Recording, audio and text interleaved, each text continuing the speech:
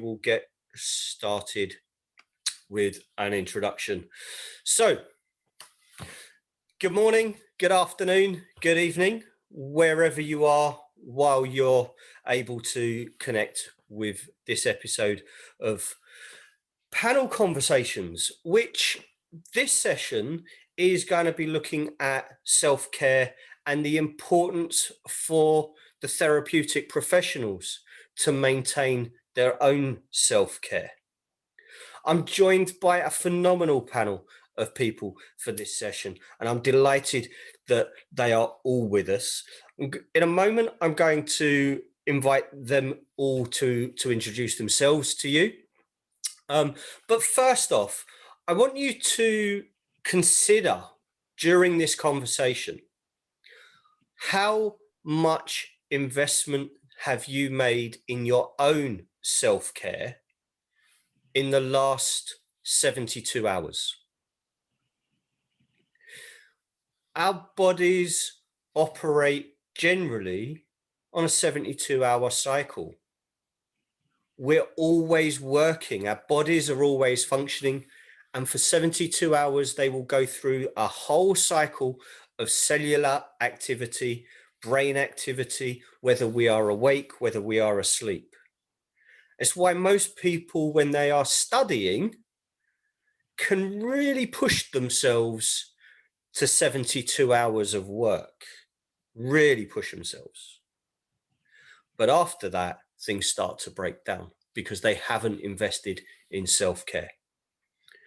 So with that question in mind, I'm going to invite our first panel member to introduce themselves. Dennis from Psychreg, would you mind introducing yourself to the audience? Yes, I'm the founder of Psychreg, which is a digital publication. So I publish a range of contents around psychology, mental health, and wellness. So definitely self-care is at the forefront of what I do. I also interview a range of people who's also passionate about self-care on my YouTube channel. So yeah, in a nutshell, that's what I do. Thank you. Thank you for your time and thank you for joining us. Tammi. Good morning, good afternoon, good evening, wherever you are. So I'm Tammi. I'm in a glorious place called Barry in South Wales. So I'm a qualified psychotherapist with 30 years experience working in the third sector as well as statutory sectors. I'm the chief exec of an organisation called CUBE, which is Community United Barry for Everybody, a not-for-profit organisation that works with individuals, families and children around mental health, domestic abuse and substance misuse. And the reason why we're so unique is that we treat the whole family, whether or not it's the individual, so no family member separated, so they don't have to separate and have separated services in different places, different towns, and that's where we are at the moment. In terms of self-care, I was taken by the point that Dennis made is around, we're also surrounded by individuals that talk about self-care. So I have a challenge for you. So the challenge is what Dave mentioned earlier on is, so we're very good at talking about it. So what? So what do you actually do for self-care? I'll just leave that with you for the moment. We will come to it, and I'm intrigued because of conversations that we've had off camera, but as you say, we'll come back to it. Annette. Hi everyone, my name is Annette Parker and I reside in Waterloo, Ontario, Canada. I am the owner of ASP Coaching and Holistic Services and the creator of the VIBE system.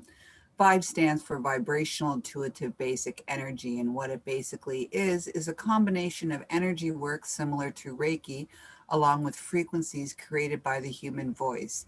The intention is to bring more relaxation and clear your energy fields of any of those little ickies that might be sticking in there. And kind of, as now with COVID, many people are decluttering their house. Well, we also need to declutter our energy field. And there is a program or a free giveaway that I have for self-care. It's to bring you back to that 0 point. It's just a 5-minute mental release to kind of help reduce the stress and just make you feel calmer. So there's 3 little exercises, recorded audio that you can listen to and follow along to help bring you back to center. And that is available at vibeaction.ca. Thank you so much.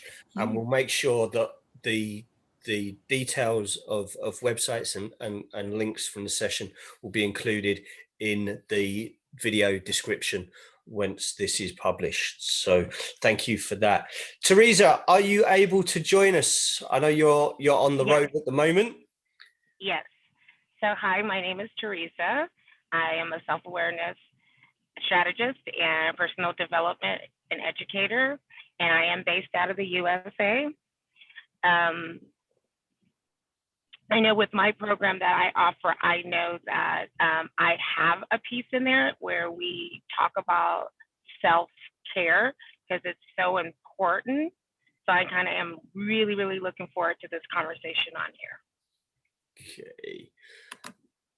I would like to thank all of you for joining us and your time to focus on self-care, and in a large part this time can also be our own self-care.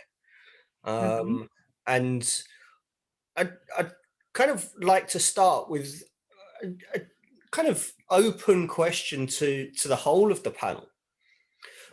What is self-care?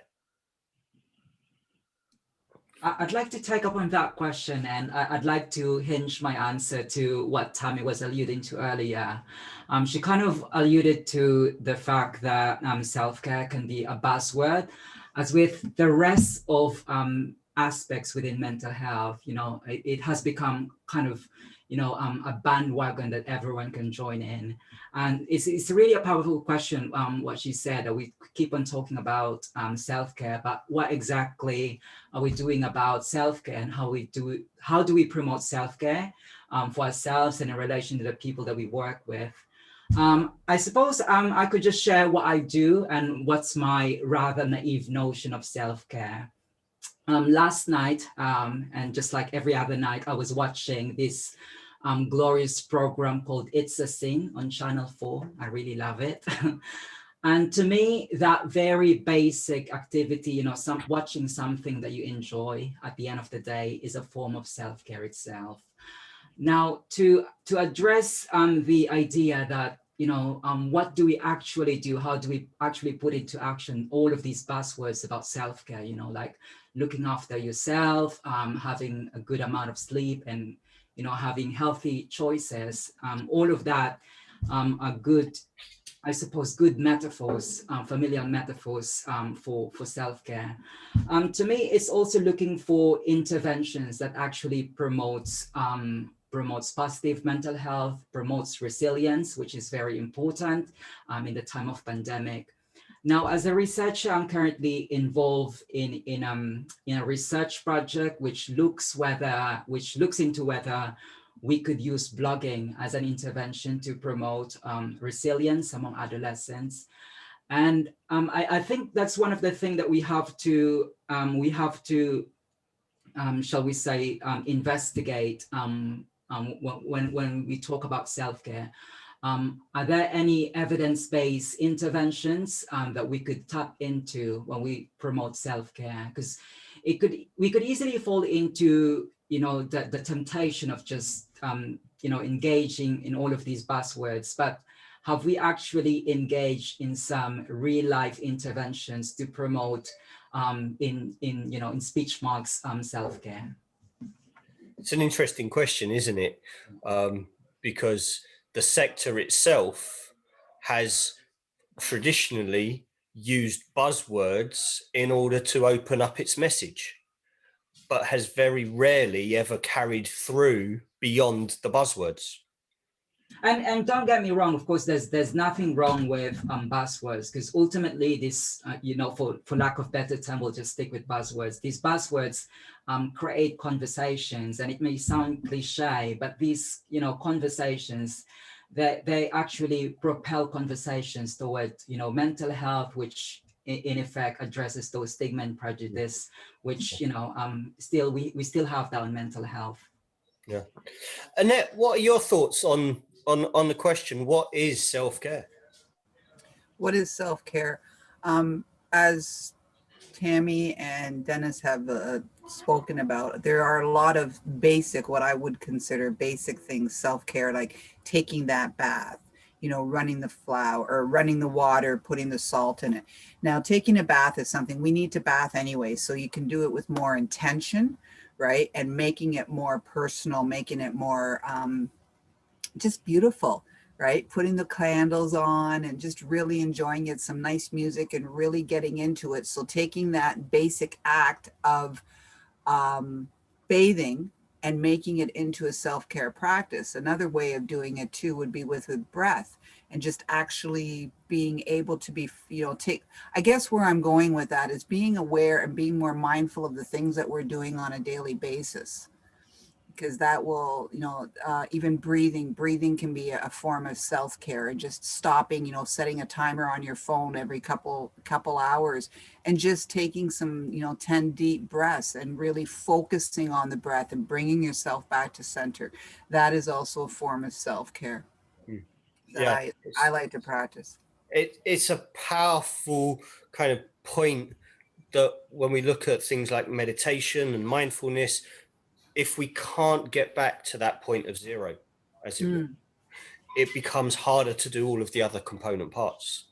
And that self-awareness of what is our point zero is something that can take a while for people to appreciate and then learn the process of using their own point zero for their benefit. Yeah, and just being mindful of everything that we do, like the natural things that we do, chewing food, breathing, bathing, brushing your teeth. Don't just go and do it. Actually be mindful, be present with it. Yeah. And it's something that what we in the Western world would call ancient civilizations understood. And we're just catching up. With all of our knowledge and all of our understanding, we're starting to realize actually those guys knew something or two. Tammi, what are your thoughts? Okay, so it's interesting. So the poignant question I asked is, what do you actually do yourself for self-care? And I kind of I've been pondering this quite a while. So as Dave is aware, so a couple of years ago, we set up something called a peer-to-peer network. And it was like-minded people across sector to come together to talk about who they are, what they do, and rather than work in silos or on their own, but also to encourage things like supervision, self-care, but to promote what they do and how they do that.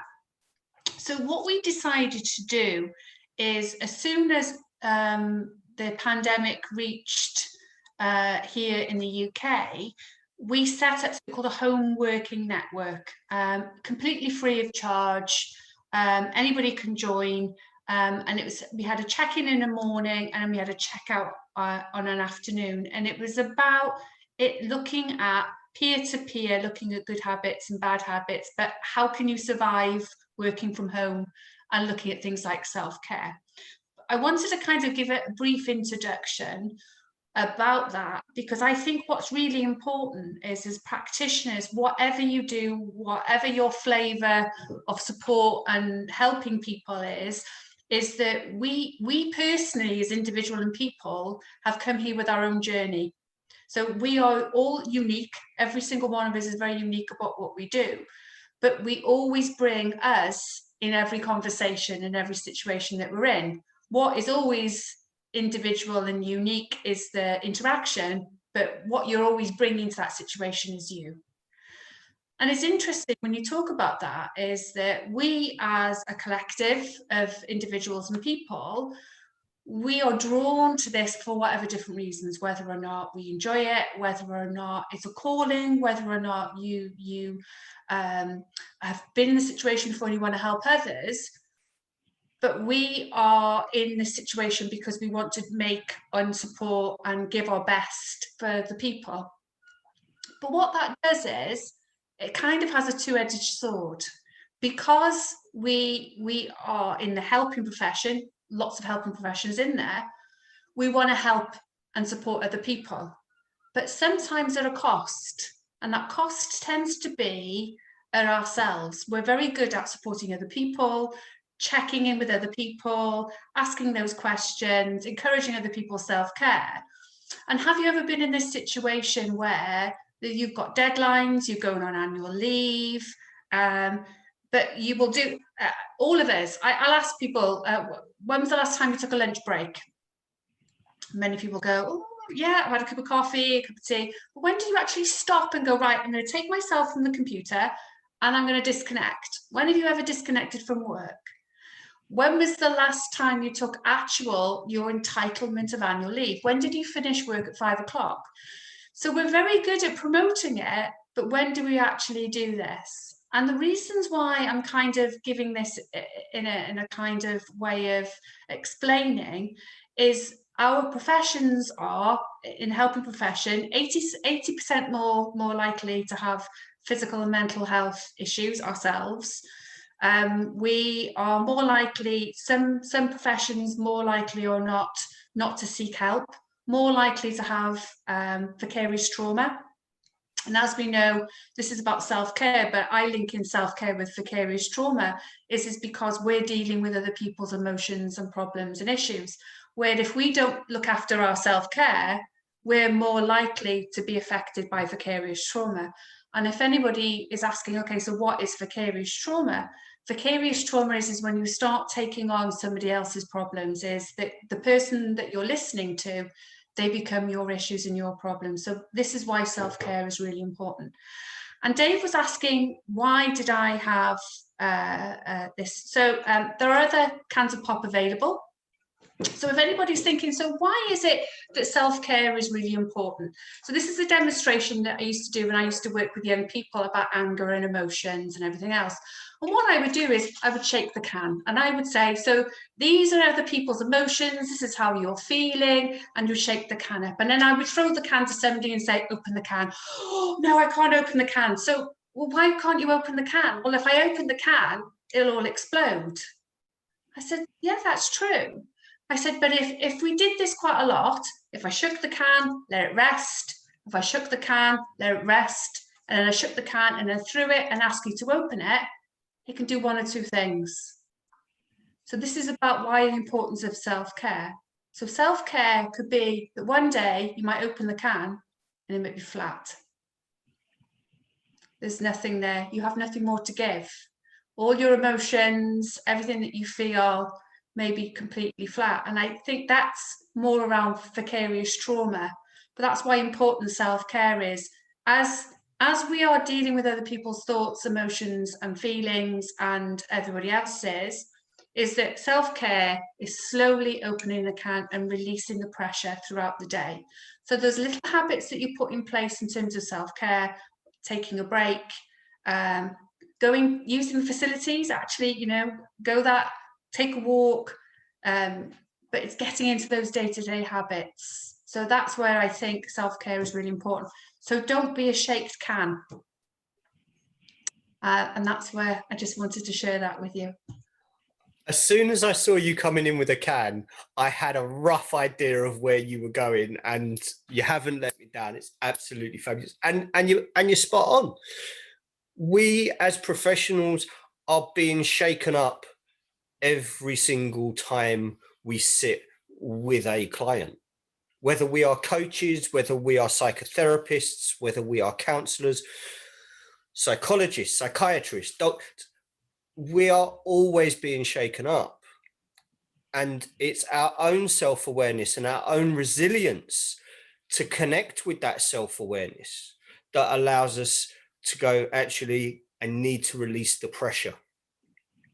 And self-care is very much working out what is it that we need as individuals so that we can release that pressure and that we don't end up being the can that explodes. Definitely not exploding over a client. And invariably, the pandemic has created a situation where, as professionals, the public looks to us to have the answers. They look to us to give that safe space so they can stop becoming the shaken can, yet they want to open that can as quickly as possible. And if we're stood too close, if we're not protecting ourselves, then we are going to get covered in their pop. And whichever way we look at it, we get covered in one client's issue, challenge, their pop. The next client that comes in, if we have not been able to deal with that, we're going to get covered with theirs as well, because pop gets sticky and it starts to build up onto us. And you're right, that vicarious trauma is something that the majority of commissioners, the majority of service managers that are looking to the therapeutic community right across the world, they don't really get how the illusion works. They love the magic trick at the end. You know, we help the client improves and finds their balance. But the people that are commissioning that just see the illusion and they don't see what goes on behind that illusion, because they don't want to see it. They just want to see the outcome. They want to see the magic trick. But as individuals and as professionals, we can't let ourselves chase the commissioning side without holding on to our own self-care. I think just as a final point as well, I think linking in around self-care and vicarious trauma, one of the things that, if anybody's listening and is very interested around the links between it, is one of the biggest factors around vicarious trauma is that you're not aware it's having an impact on you. So that is the crux of it. So you don't know you're affected in a bizarre kind of way. So one of the things that I'm very concerned about professionals who are not engaging in supervision or self-care or having conversations, if you live alone, if you're working via Zoom or other platforms, is because you're not connecting with other people to connect with, you've got nothing to measure it with. So how do you know you're affected? So that's what I mean, because if you've got close friends, they'll say, oh, well, look, you look tired, or you haven't turned up to meetings, or you're not as chatty as you used to be, or we haven't seen you for a while. So I wonder how, as a collective, how are we going to come out of the other side of the end of the pandemic? But how are we going to support each other? Because one of the reasons why a lot of therapists actually work in silos and don't communicate is because it's around protecting funding. So they have a feeling that if they reach out to other people, it's going to take away something around their ideas of what they're doing, or deliveries, or commissioning, or everything else. So there's even a reluctance, if you work alone, to reach out to speak to other people, because it could get back to your funders, or it could get back to the community, or have you seen that? Oh, we've seen Tammi, she's not coping with the clients, and perhaps. And we as a profession, we don't necessarily have that safeguarding that other statutory agencies have, where you have lots of things to fall back on. Who you are in your profession is how you present to your world and to the outside people. So if people are attacking your profession as you as a person, that is how you sell yourself, and it's your business. So there's lots of catch-22s. So if anybody's listening to this and thinking, I wonder, is that something to think about? It's just investing in you. Take time if you can. And if you do want help and support, there are plenty of free organisations and support out there. And it really is, you don't have to work in silos. There's lots of organisations that you can help and support you there. Yeah. And it's probably, I would probably be ripped apart by the APA team at this point if I didn't point out the support mechanism that is available within APA. Every single APA member receives 2 years of emergency supervision as part of their membership. Now, they can choose which of the APA supervisors is best for them based on what they are dealing with. APA finances that, not the individual, and then get reimbursed. Okay, so there is that.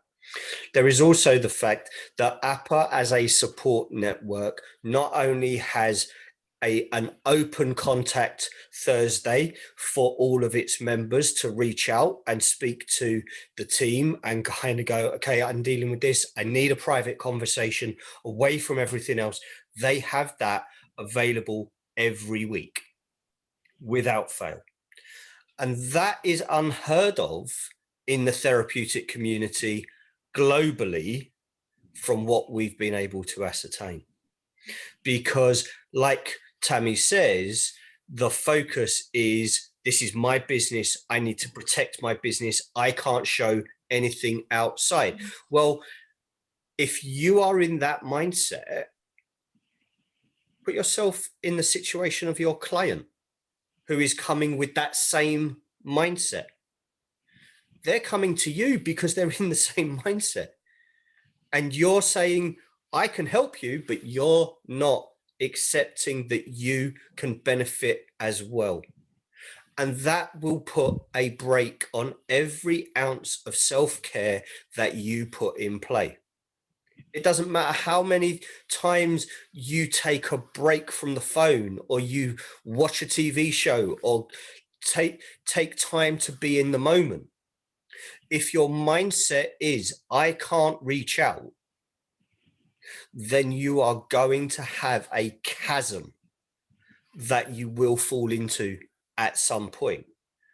And you know who's going to see it first? Your client.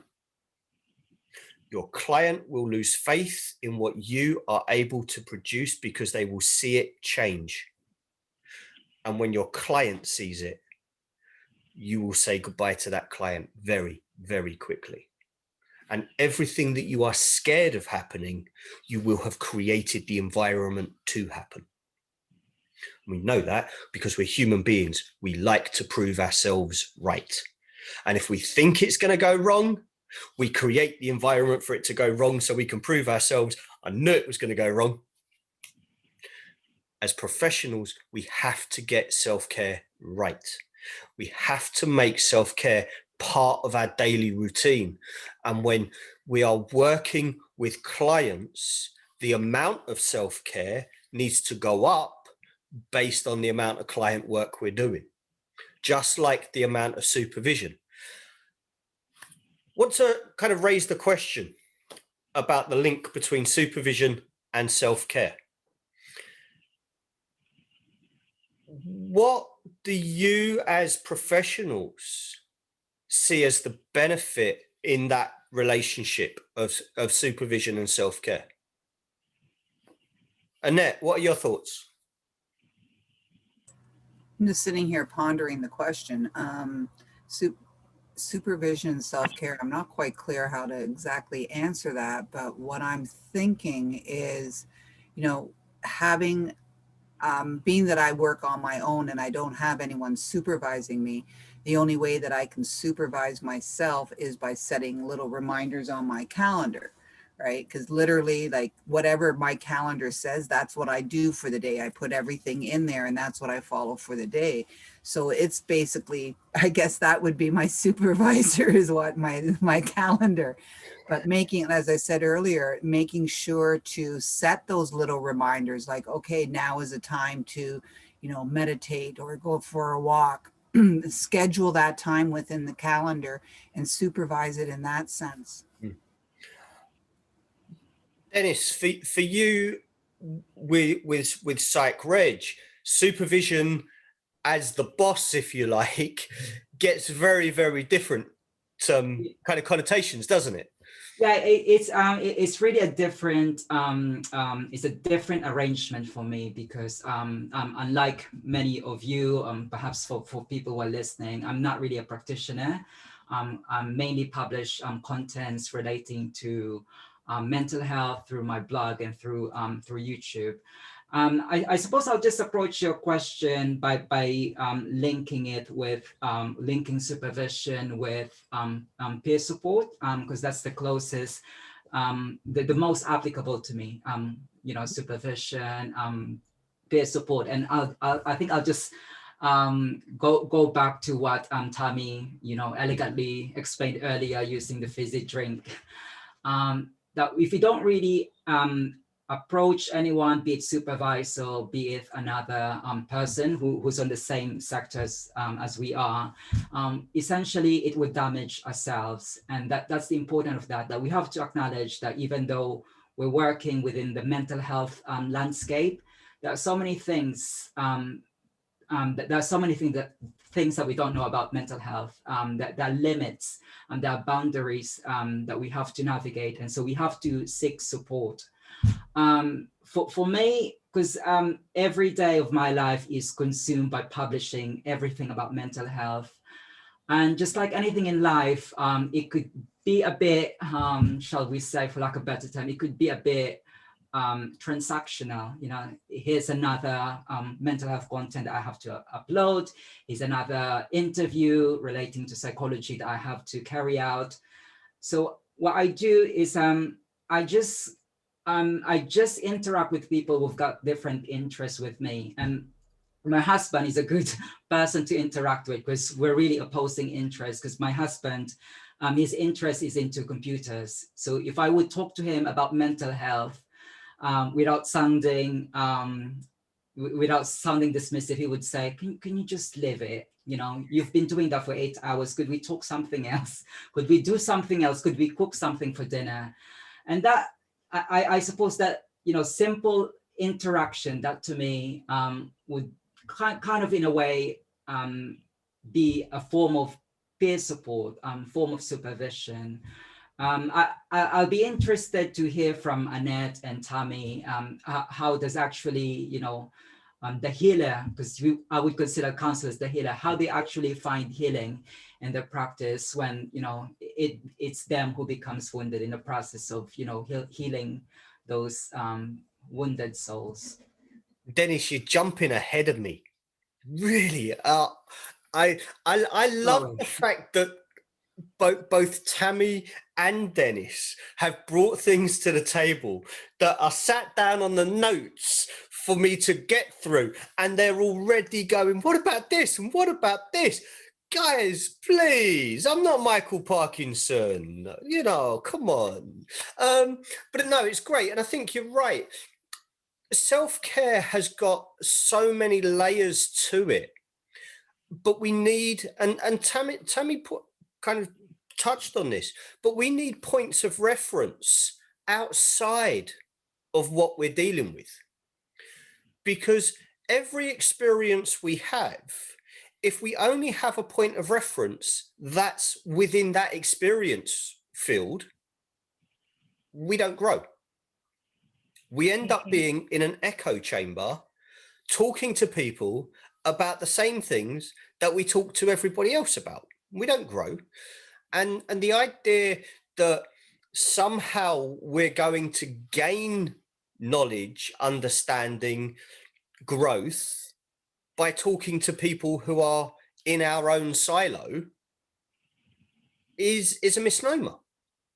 It's something that we talk to clients about day in and day out, about expanding their base of knowledge and understanding. Yet, as professionals, that expansion has to be part of our self-care, surely. Or is Dave talking out of left field again, and we just carry on as we have done for 40 years? Teresa, I know we can't really see you while you're there in the dark of California. But what are your thoughts? So my thoughts, because I was a little confused too, as what you meant by supervision and self-care, because my ideal of supervision is having someone for me to have a soundboard to bounce off of on whatever might be challenging, whether it is with, you know, seeing my clients or even just what might be going on in my everyday life. Mm-hmm. I realized that self-care is very important. I know it's very important. You know, besides the fact that I know we've all probably just with clients itself has times had an issue where we might have got so into what they've been sharing with us and it's become part of our problem. And next thing you know, you're trying to resolve and help them with their issues to the point where it's no longer within that 8 hours of work time, but it spills over into your personal life. And that's just, you know, that's family as well and friends as well. And so we've got to be able to disconnect from that piece in self-care for us so that we are recharging our own self and making sure that our tank is filled and not empty by the time it comes around to us, because we've spent so much time with everything else. And so I can tell you this week, and it's just started, has been about everybody else. I haven't had any self-care of my own self, and I can actually see the difference because I'm exhausted, I'm tired. The individual who came with me, you know, he was asking me like, did you get enough sleep? And I said, I'm still tired. And that's because my body is tired. Even though I got 9 hours of sleep, I'm still tired because I have been taking care of everybody else and everybody else's needs, that I haven't done anything for myself as far as self-care. So mentally, I think with self-care, it's there to help you as a whole, get you back into that balance. Because when your balance is off, you feel it, whether you feel it in your mental, your physical, or your emotional. And right now, I'm feeling it in all three areas. I'm lacking. There's no balance. Yeah. And this is like I was saying before about the 72-hour window is the closer we get to that 72 hours with no self-care or very little, the more we start to break down. Correct. And for me, I suppose the concept of points of reference and peer support is a part of that system of self-care. The boundaries and managing time, as Annette explained, is a component part of that self-care. I do kind of find it worrying when the digital watch starts telling me I need to stand up and I need to breathe. It's kind of like, hold on, I need to check I'm breathing. What does the watch know? But supervision isn't just about the clinical delivery of what it is that we provide as a service.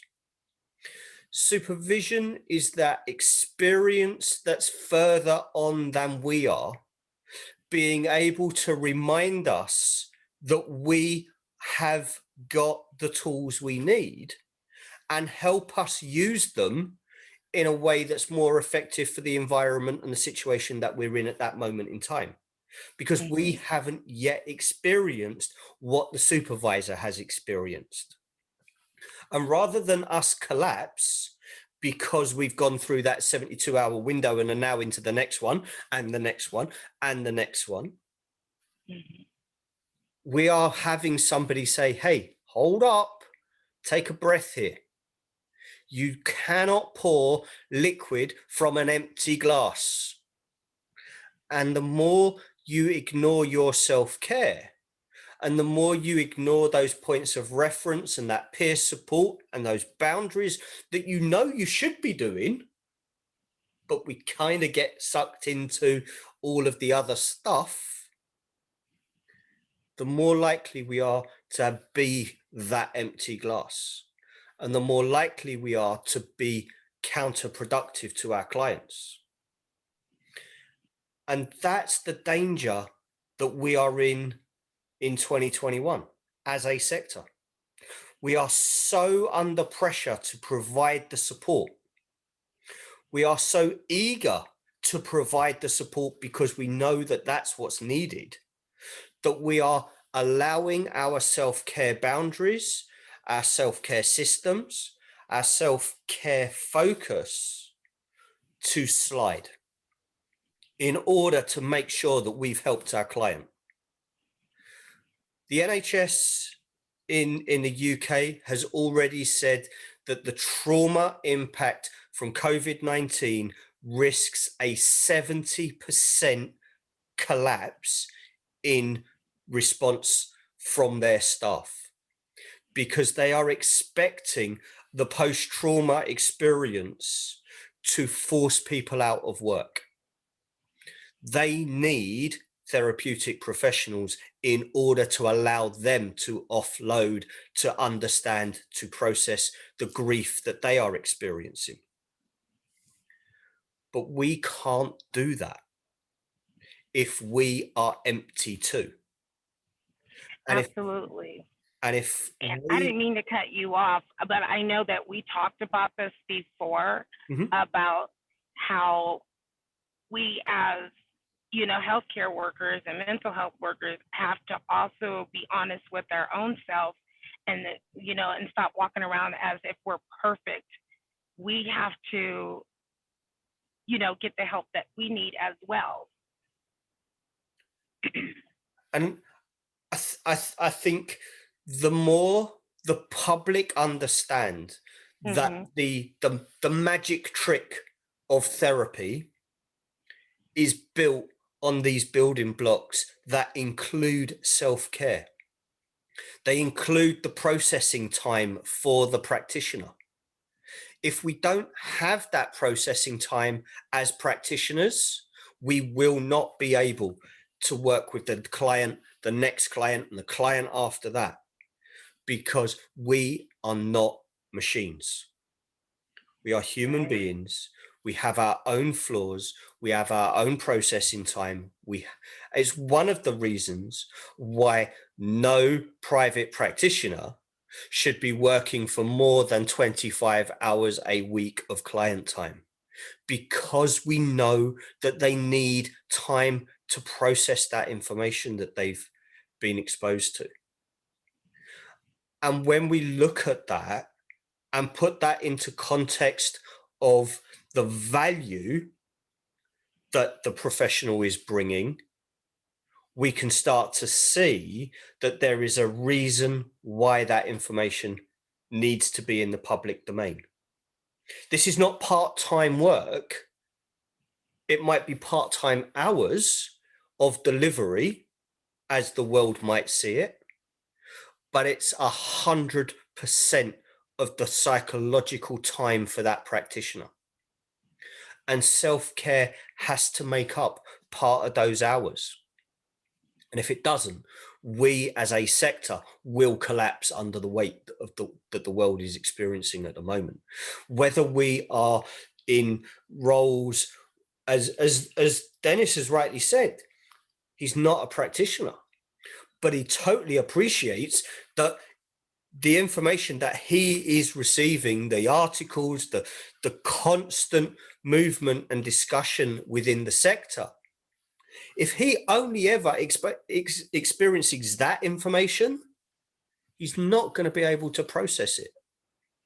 He needs to be able to have different points of reference. So before we kind of wrap this up, I just want to go around the room and ask the question. And I know Teresa's already kind of given her answers. She hasn't done self-care in the last couple of days. So I'm going to come to Teresa in a moment. But what have you done as individuals, as professionals, as practitioners, for your self-care the last 72 hours? Start with around Annette. I knew you were going to do that.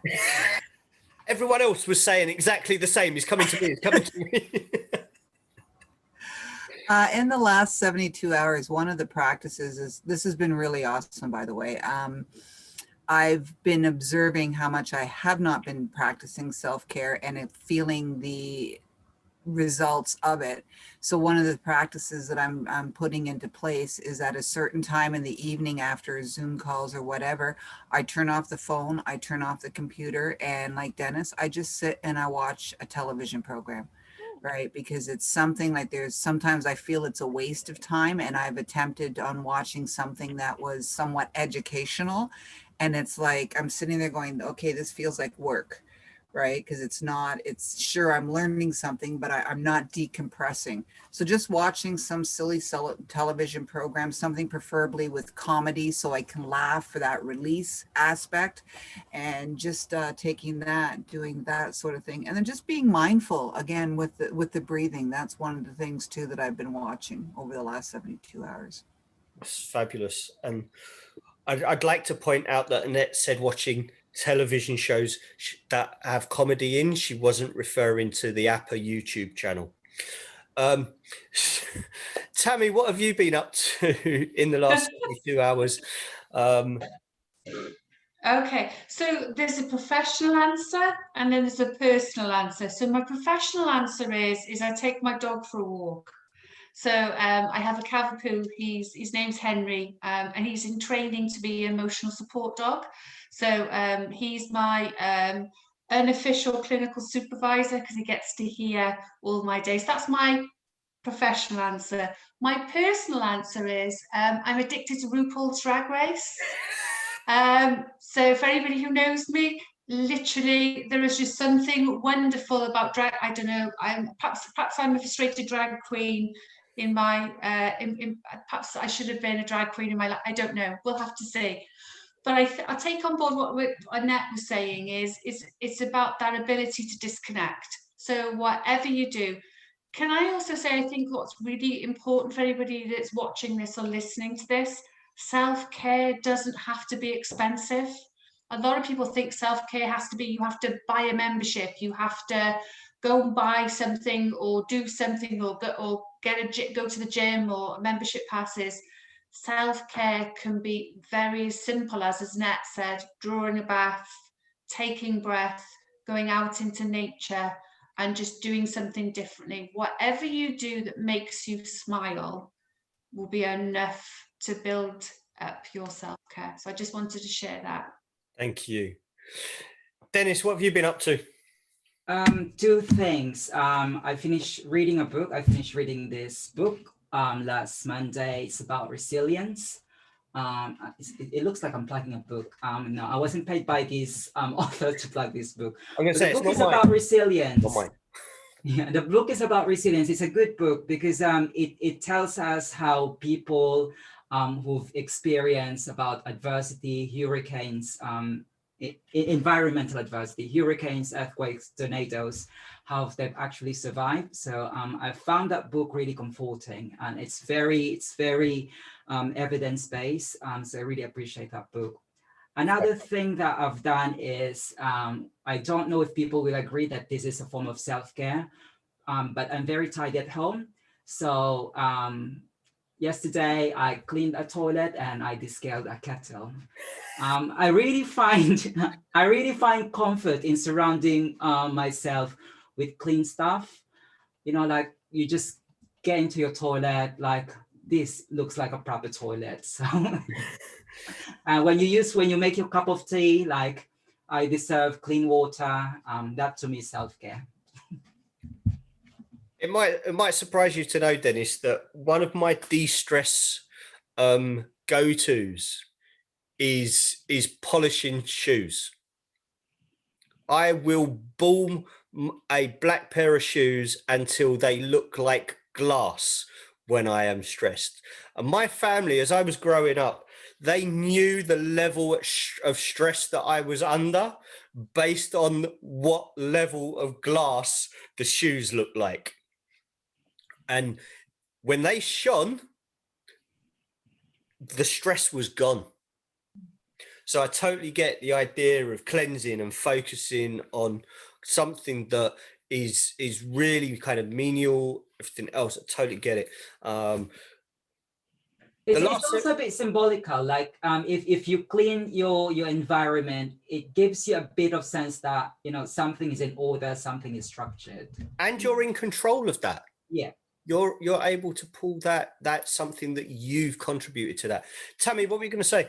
I was going to say you've missed an opportunity for a T-shirt. The merchandising manager is currently on leave, so feel free to share. That's okay, because I was thinking that when the shoes, what did he say? So he said something when it's shone. When the shoes shine, the stress is gone. Yeah, there you go. There's your T-shirt. There you go. Anyone who knew me when I was at high school, they would get exactly why I was walking around with parade shoes. Before we started this section, Teresa told us that she hadn't been able to spend any time on her self-care. And she's coming to the end of that 72-hour cycle. So Teresa. Yes. A different question just to you is the moment that you can stop and put that self-care time in, what do you want that experience to be? What do you want to do with the exposure that you've had the last 72 hours to make sure that your self-care, you get the most amount of self-care at the first available opportunity? Well, let me first start off with this piece. There really, even though I hadn't, there really wasn't an excuse why I couldn't, because there were simple things that I could have done, like the breathing technique that was mentioned. As I laid down, I could have been watching something on TV that just kind of made me laugh. And, you know, there's just all kinds of little things that you can do that, like the lady said, and I'm sorry, I don't remember which one of you guys said it, but, you know, as far as inexpensive stuff. So I know just as I go from here, and when the other person takes over to drive, I'll get a little bit of sleep in, and then I'll watch a little something funny and comedy on my iPad just to nurture myself. Mm-hmm. And I think it's really powerful that you're able to highlight that even in the last sort of 70 odd hours, there are things that you could have done. Mm-hmm. There were opportunities for a more focused self-care.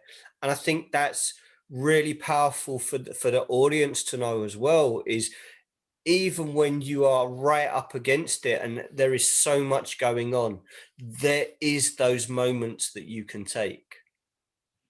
Right. And I hope that when I speak to you later in the week, you are going to be able to tell me that self-care load has gone right through the roof. Before that. Tammi, yes. Okay, so I guess it's a great, for people who've been watching and been watching for the last hour, it's a great way to demonstrate how we look at self-care.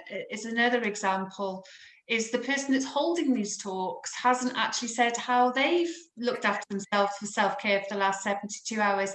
So Dave, how have you looked after your self-care in the last 72 hours? In the last 72 hours, we look at what's actually happened the last 72 hours. I have taken pretty much most of Monday morning off, and spent that time with Ollie and with Siobhan.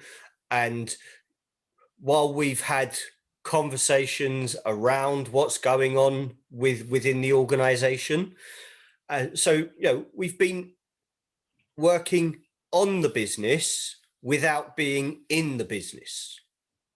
And that's given us a huge amount of opportunity to disconnect from the day to day, so we can actually focus on us and what we need in that time without letting go of the reins. Because as you know, APA is an enormous machine, and letting go of the reins isn't such a good idea when this kind of train gets going.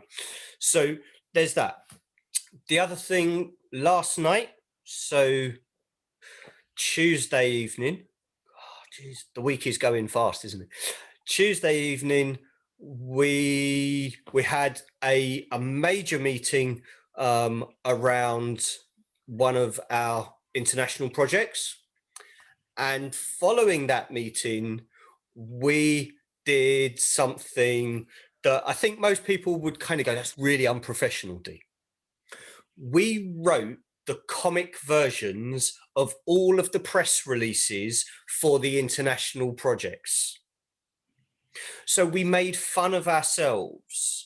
We had that comedy, and I got back to the side of fun around the work that really kind of keeps the creative part of my noggin ticking. So those comedy kind of parts, they will never be seen, they will never be published, they will never be out. But it was something that we were able to make fun of ourselves. So taking something that we'd written, or in this case, I'd written press releases and gone, I'm going to make fun of that. I'm going to pull that apart. And I think I delivered about 4 press releases as though it was Winston Churchill. You know, never has anybody gone through this. And it turns into Nelson Mandela. And all of a sudden, we have a completely different engagement with our audience. And it was just about having fun within the team. And that, for me, was as much self-care as I needed the last 72 hours. Ah, there you go. You got a little glimpse at voice play, and I'm not very good, but it's a bit of fun. So I hope people have enjoyed the conversation. I hope you guys have enjoyed the conversation. And if anything that has come through to you out there in the audience that you feel value that helps you produce improvements to your clients, to the work that you do, whether that's direct as a practitioner or whether it's not, you can gain CPD certificates just by filling out the APA CPD questionnaire, which will be in the link with the video. And that allows you to validate what it is that you are learning and you are gaining. It also means that the public can have faith in what you are learning because they can see that validation. You don't get an APA CPD certificate without validation. Sorry, it's not confetti. Guys, thank you so much for your time.